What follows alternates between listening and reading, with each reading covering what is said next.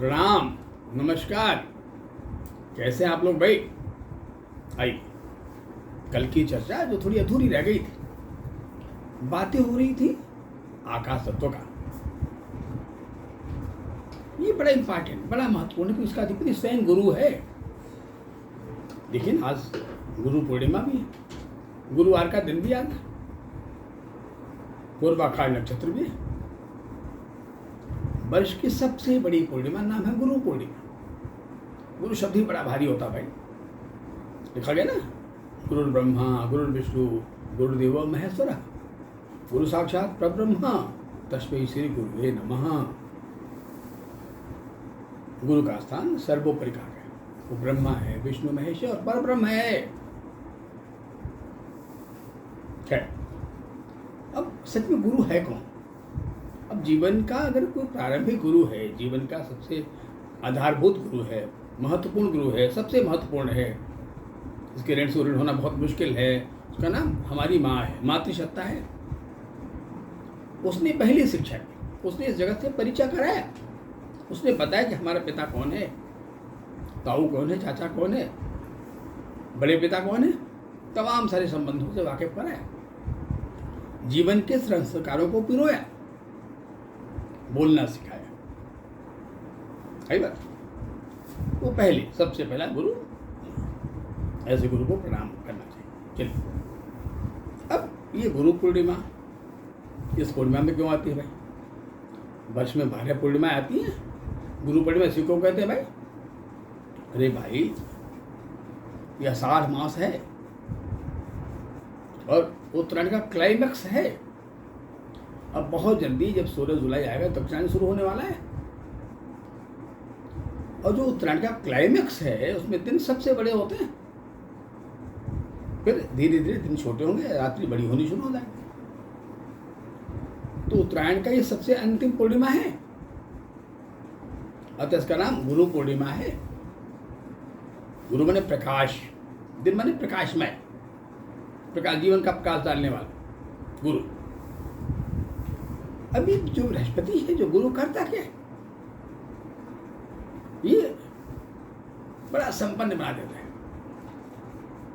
मन उसका, उनका व्यक्तित्व कितना अमीर है, कितना संपन्न है, जो मुक्त है भौतिकता से, भौतिक पदार्थों से, मटेरियल से। आप राम का एग्जाम्पल ले लो। जन्म है बसंत ऋतु, चैत्र पक्ष में, शुक्ल पक्ष नवमी को, जब वर्ष का प्रारंभ होता है। सूर्य मेघ संक्रांति में है, उत्तरायण शुरू हो चुका है, उत्तरायण का मध्य भाग आ गया ना, मेघ ब्रेक में तो नहीं है, उत्तरायण का उत्तरायण होता है। और उनका कर्क लगन है, जो बृहस्पति है वो लग्न में बैठा है, कर्क में बैठा हुआ है, ऊपर के इलाके में है, जो लीड करता है। आकाश ऊपर ही तो है, और तो भाग लिखा गया ना कि पिता कौन है? आकाश, माँ कौन है? पृथ्वी। हम इन दोनों की संतान है, पूरी सृष्टि के संतान है भाई। अब जो बृहस्पति बड़ा मजबूत हो गया और दिन के मध्य का जन्म है, दिन के रात्रि के 12 बजे जन्म है, और तो राम बड़े आइडियल हो गए, बड़े आइडियल हो गए। राम का संपूर्ण जीवन बड़ा त्यागमय हो गया, बड़ा त्यागशील हो गया।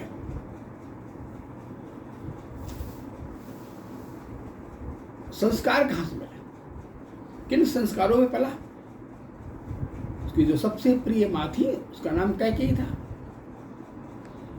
उसने राम को बन भेजा। वो जानता था मेरा राम राजा बन गया, उसका राज्याभिषेक हो गया तो राम बहुत छोटा हो जाएगा, राम उतना विराट पुरुष नहीं बन पाएगा।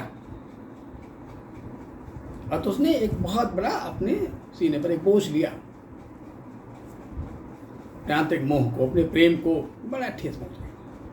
बड़ा कठोर कलेजा उसने किया, यह कहने के लिए कि मैं राम को बन भेजूं। उसके जीवन का बड़ा कठिन परीक्षा का वक्त था। एक तरफ पति के प्राण की विफलता कि लगता है प्राण ही त्याग देंगे, एक तरफ सबके द्वारा चलने वाले सबके नेत्र जो बड़े खराब दृष्टिकोण से देख रहे थे, बड़ा कुटिल कह रहे थे। है तो राम राम निर्लिप्त है, निष्काम है राम। उसे किसी राज्य का मोह नहीं, तो जहाँ का वही राज्य है, क्या काननी बड़ा राज्य। माँ कौशल्या से कही दिया कि आज पिता ने मुझे कानन का राज्य सौंपा है, जंगल का राज्य सौंपा है, मैं जा रहा हूँ जंगल। उसके अंदर में ही राज्य है, राज्य सत्ता, उसको समझ गए राज्य सत्ता ही तो है। आप गौतम बुद्ध को ले लीजिए, उनका एग्जाम्पल ले लीजिए। राजमहल में था, राजकुमार था, अति सुंदरी पत्नी थी, बड़ा सुंदर से बच्चे का बाप बन चुका था, पर सब रोस्ट हुआ, निकल पड़ा। गौतम सिद्धार्थ गौतम बुद्ध हो गया। एग्जाम्पल के लिए आप महात्मा गांधी को ले लीजिए। 2 अक्टूबर का जन्म है, ऋतु में शरद है। ये कुंडली का जो लग्न है वो तुला है। जितने ग्रह सब ऊपर के इलाके में है, लग्न के आसपास ही है, कन्या, तुला, वृश्चिक। अकेला जो बृहस्पति है वो सप्तम भाव में नीचे के इलाके में। मंगल जिसके घर में बृहस्पति बैठा है मेष में, वो मंगल तुला में ऊपर खाने बैठा हुआ है, मैंने वो बृहस्पति के इलाके में ही है। वही जल का क्षेत्र है, वही आकाश का क्षेत्र है। जल आकाश ही प्राप्त होता है। सामने तो पढ़ने लिखा गया कि आकाश से प्राप्त जो जल है वो अमृतवत है। जो वर्षा का जल है वो जीवन के अमृत है, और उससे बड़ा अमृत है उसके ओले। उसको संग्रह किया जाए उसके जल को, तो वो अमृत के समान काम करता है, बड़ा अच्छा औषधि है। खैर, अब जब वहां बैठ गया तुला में, बृहस्पति मेखस्त हो गया, अकेले डोमिनेट कर गया कुंडली को, सब उसके गर्भ में आ गए। और चंद्रमा जो मनाधिपति है वो स्वयं अपनी राशि कर्क में। ये कर्क बड़ा पसंद है बृहस्पति को, कि वो स्वयं में बड़ा गर्म है, तप्त है, पित्त है, अतः उसको पानी की आवश्यकता होती है अपनी रक्तता को शांत करने में। अतः उसने महात्मा गांधी को पैदा जो सब कुछ त्याग दिया। विभिन्न अपने वस्त्र भी त्याग दिया देश के लिए, राष्ट्रभक्ति के लिए। खैर, एक उदाहरण था, एग्जाम्पल था। वैसे भी जितनी उदारता हमारे अंदर आती है, निष्कामता भाव आती है, इसका रोल बृहस्पति का है। ये बड़ा महत्वपूर्ण ग्रह है। अब अगर इसके पैरेलल, अगर इसके अपोनेंट जो ग्रह हैं, अगर वो और मजबूत ना हो जाए,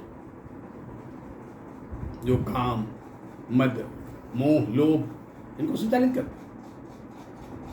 शनि जो रात्रि का मालिक है, तम का अधिपति है। शुक्र जो महाधिपति है, इस आचार्य का पैरेलल है। ये अन्य जो ग्रह हैं,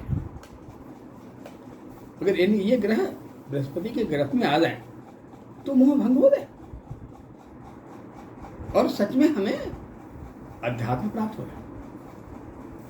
सच में हम अध्यात्म कहने जाएंगे, हमारी अतृप्ति गायब हो जाएगा, अहंकार नष्ट हो जाएगा, मोह भंग हो जाएगा, और इन विकारों से मुक्त होकर एक ऐसे व्यक्तित्व का निर्माण होगा जो जगत द्वारा वंदनीय कहा जाएगा। तो जो बृहस्पति है, ये हमारे जीवन का बड़ा महत्वपूर्ण ग्रह है। देखो भाई, इसको 2 राशियां दी गई है, मैंने बताया था ना। एक राशि का नाम धनु है, एक का नाम मीन है। अच्छा, इसको प्रिय करके राशि है 3। ये दोनों अंत हैं। अगर आप 9 की बात कर लो तो क्या कहते हैं, अंका नाम अंतः, अंकों की अंतिम गिनती का नाम 9 है। और मीन की बात कर लें तो राश्यंतः, राशियों का अंतिम है 12 नंबर। कर की बात कर लें, कहा वर्गांतः, एक वर्ग का अंत है 4। 4, 9, 12 ये वर्गांत होते हैं। 4, 9, 12 यही तीनों मिल गया बृहस्पति को। ये अंत को क्यों दिया गया? ये अंत का अलॉटमेंट क्यों हुआ? जो अंत है वही निर्लिप्त है, अंत में निर्लिप्त कर देता है। जब जीवन का अंत आता है तो मोह भंग हो जाता है।